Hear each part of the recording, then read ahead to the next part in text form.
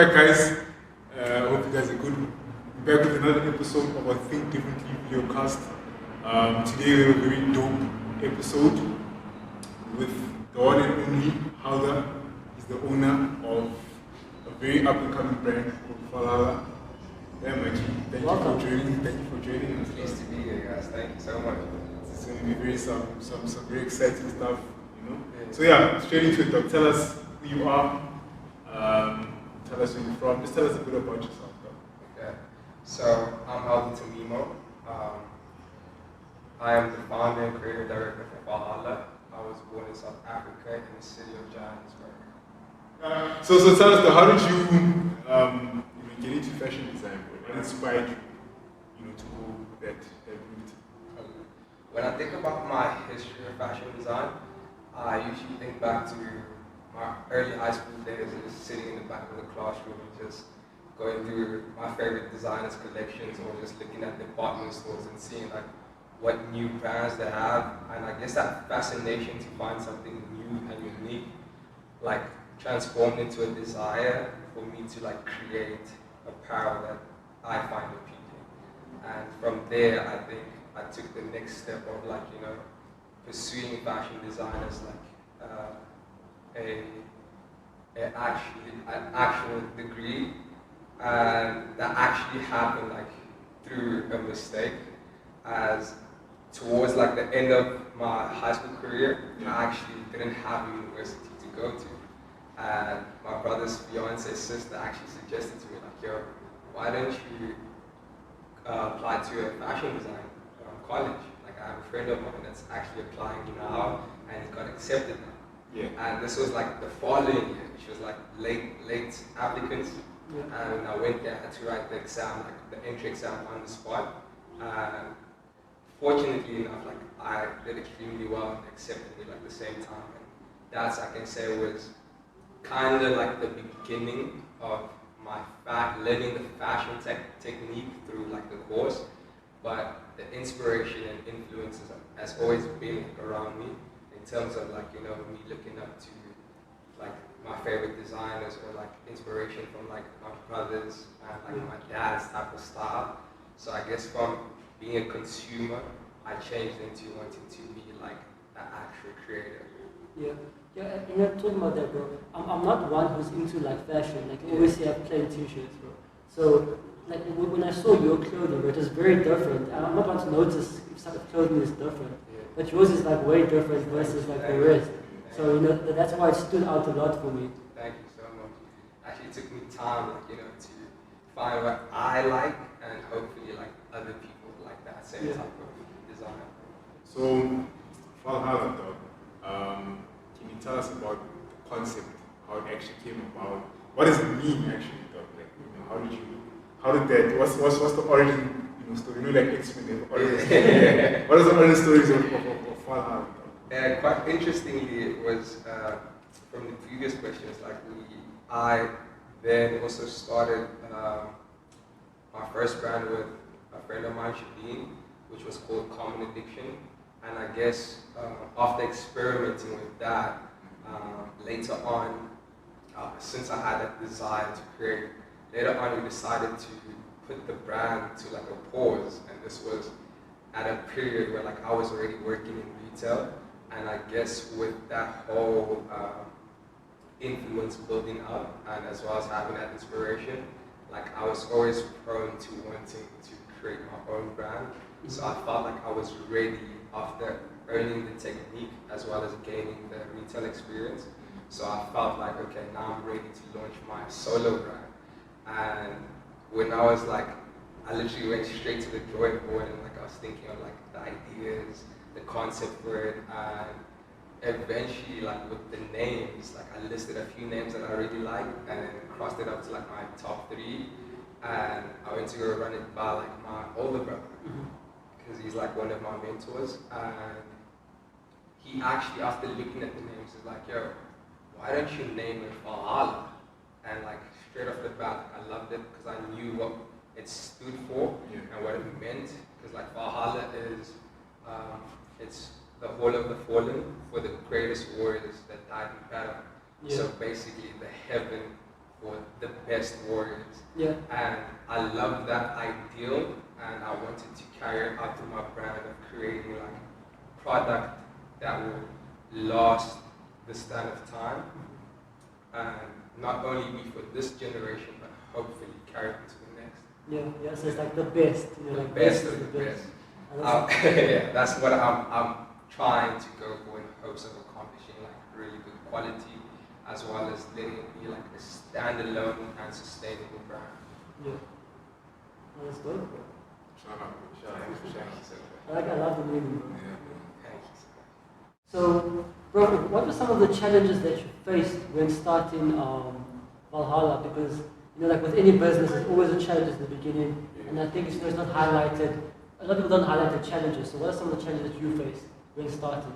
Okay, so the initial challenge for me was actually the constant search of perfection, because I was always trying to like find the best quality fabric or trying to find the best manufacturer. And at the time, like, I could say that I did find some good suppliers or some good manufacturers, but I wasn't too pleased, and that would actually like delay my whole process, because I eventually wouldn't put out any product because I felt it wasn't like perfect, Yeah. but it was good enough for that time. Like that was my best. Eventually, I stopped searching for perfection and replaced it with the idea of progression, as I feel like it also showcases a very strong design aesthetic of improving your design language in a whole, as well as your school of thought. So I think that was my main challenge, because it literally prolonged, I could say, like my process. It like made me search for like more alternatives, which is a good thing, but at the same time, I feel like that was the main challenge that I had to like deal with, because at times your work can be good at that time, because as long as you're putting the best that you can, then that's good. And I think that constant progression will always like leave room to tell a story, as well as give room for you to grow.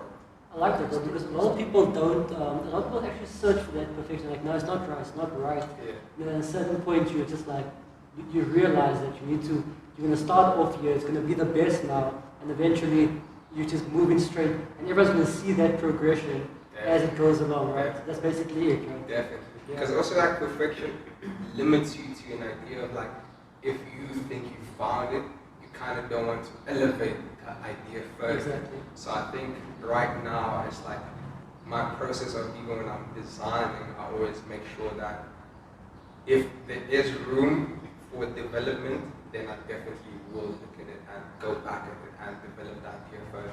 Yeah. That makes complete sense, and I like it, bro. So, what are some of the challenges that you think the fashion industry faces now that people aren't aware about?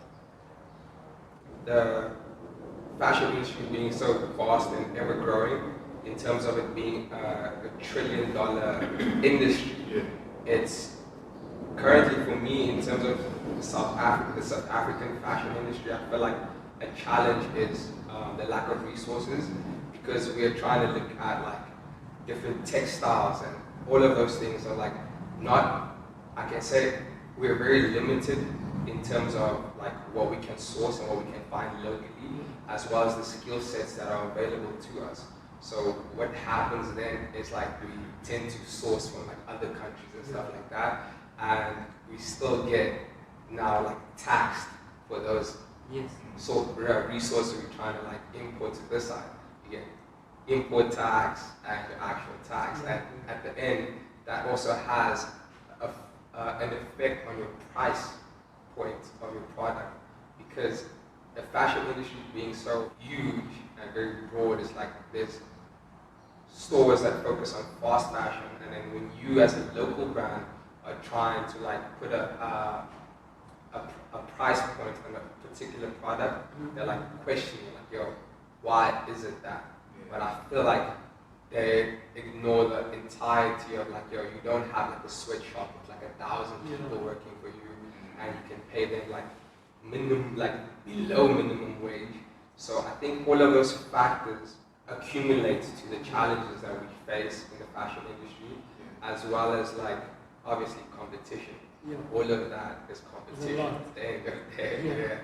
And I feel like you need to now be able to keep that aware of how broad the market is and try to create something new. Yeah. And that can be a challenge when there's so many competitors. No, definitely. But I think that's also the inspiration because, having so many competitors, it forces you to elevate your thinking as well, so that you also stay ahead of competition. Definitely. You want to be the main guy. The best guy. Yeah. Because I like what you said on the fact that you highlighted the market saturation, if I can put it like that. So how have you, because I assume you work with a team, you have a team. Currently I work alone, Yeah. but in the future I definitely want to employ people and have like my own atelier for Valhalla. Because I'm trying to understand, like, with the market being so saturated with fashion, obviously there's different types of fashion, if I can say avenues, you can say fashion for women, you can dresses. Then there's your, I don't want to say streetwear, right? But there's streetwear section category out there. So how do you continuously differentiate yourself from that sector? Because if someone says like I'm coming in with the streetwear brand, you're like, oh okay. So how do you continuously keep distinguishing that this is Valhalla and this is what we do, this is what we represent, and this is the part that we're going to solidify for our brand and for, like you said, with the name for years to come. I think part of the answer for that question is actually in the question. You having a strong brand identity can definitely separate you from the other brands. And whatever you produce, obviously, is gonna have its own story as long as it's what you communicate. Because whatever you're trying to communicate, if you can clearly distinguish it and clearly represent it, then I think that will obviously speak volumes. So you always tell your story with your designs, don't you say? Definitely. I communicate it through the product that I release. Okay. I'm not really, okay, maybe because I don't look into it. Then I go to Markham's, there's LEVI'S Satisfied. I don't look at the since 8 thought you're taking from, So like the brands. So it's kind of interesting to see like the concept behind the actual hoodie. So actually, what does Valhalla produce though? So currently we're producing hoodies, t-shirts, pants, and we're trying to move into producing like home essentials, like rugs. We even have our own lighters. So that's why I say the brand is more focused on giving product as well as services, like our very new part of the brand, which is not a diffusion line, but it's an additional service, which is Green Tap Customs, which offers and focuses on upcycling garments to better have a more sustainable approach through the brand. Right. So, in essence of collaboration, I saw on your page you had LEVI'S there. Was that something you've done with that? Could you tell us a little bit about that? So I was actually selected to partake in the LEVI'S 501 day, and they sent me a pair of 501 denims for me to customize, and I did that with the craftsmanship of Valhalla to produce that pair, and I showcased my whole process within that campaign. Yeah.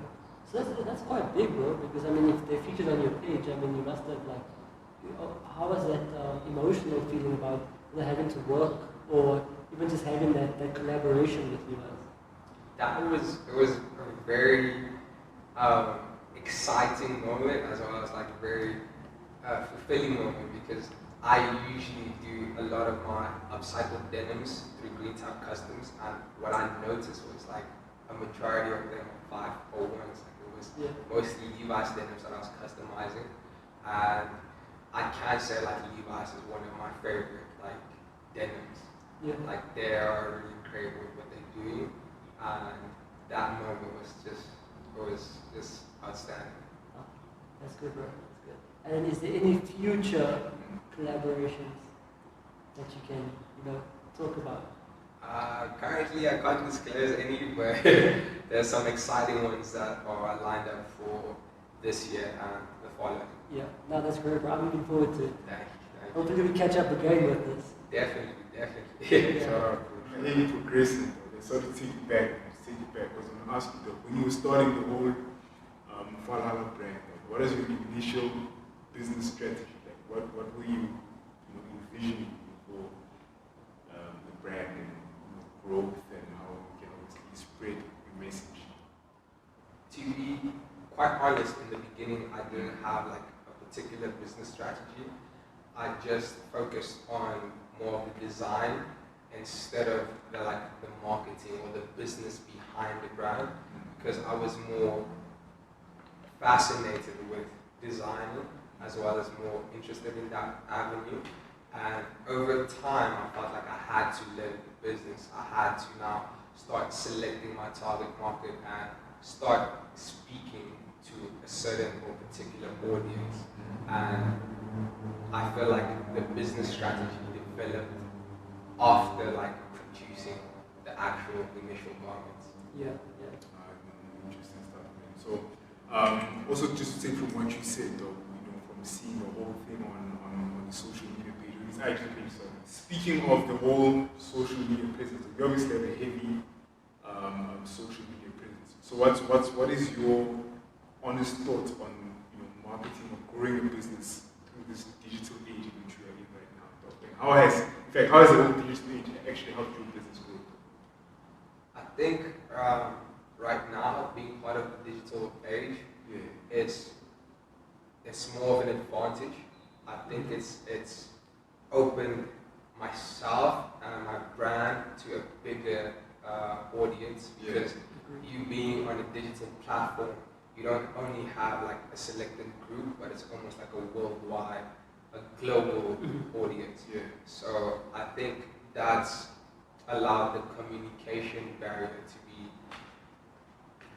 expanded and give you opportunities to actually speak out to people that are not just in your local community but abroad, and letting them also get to hear you out as a creative, as a brand. And I think that advantage is a good thing for startup brands as well, because you don't need to now rely on opening your retail store and then trying to get a following out of it, when you can start your page and communicate those designs and stuff like that and what you're about through your page. And after gaining a following, then moving on to something or a retail store. That makes sense, bro. Social media is powerful, bro. If you know how to use it. Exactly. I feel like it's one of the tools that the young generation and anyone actually, not even just the young generation, but it's a tool for everyone to use if they want to amplify what they say. Yeah, definitely. Amen. What's the biggest achievement for the brand itself? I think the biggest achievement so far is our green tab. I think the biggest achievement for the brand so far is the green tab section of it, because it focuses on trying to find solutions and practices that are sustainable. And right now, it may be upcycling garments and giving it new life, because the fashion industry is one of the biggest polluters when it comes to global or economic issues, and wastage is one of them. And I feel like with the Green Tab Customs section, upcycling garments is almost at least going towards having an impact on that, and creating something that hopefully in the future, the long run of the vision for Green Tab Customs is to actually focus on making fabric that is sustainable. Like if it's recyclable, then I think that is the long-term goal. Sorry, not I think. I know. And the long-term goal for the green type section is actually to produce fabric that is recyclable, as well as having an agricultural section of us harvesting our own crops in order to extract natural dyes for our clothing, perhaps. And hopefully that will have a positive impact in the long run. Yeah. That's pretty inspiring though. So looking at where Valhalla started, right? How many years has it been done? Sorry. It's actually been 3 years. 3 years, yeah. Jesus, a kid. So since we were from where Valhalla started from to where it is right now in 2020, how has it grown, and possibly what are the future plans for the brand? Over the years, the brand has grown gradually, and it's not a rapid growth, but it's been very consistent, and I'm grateful for that. And the future plans for the brand is to focus on more sustainable practices, as I mentioned before, as well as the quality of the brand. Nice, bro. So talking about quality, bro, there's one thing that I feel a lot of companies don't do, and I wanted to ask you about it. How did you actually start your packaging, and what's the future plans? Because I feel like packaging is quite important. A lot of companies don't focus on that element. Like, for example, you go to an Eco store, right, and you buy something, they give it to you in a packet, right? So it's like a little packet, and you walk around with your packet. Do you do the same thing, or is there a difference, for your specific brand? Okay, so I think packaging is a very important part of the brand, and it's quite sad that brands don't actually focus on their packaging, because I think it's just that little,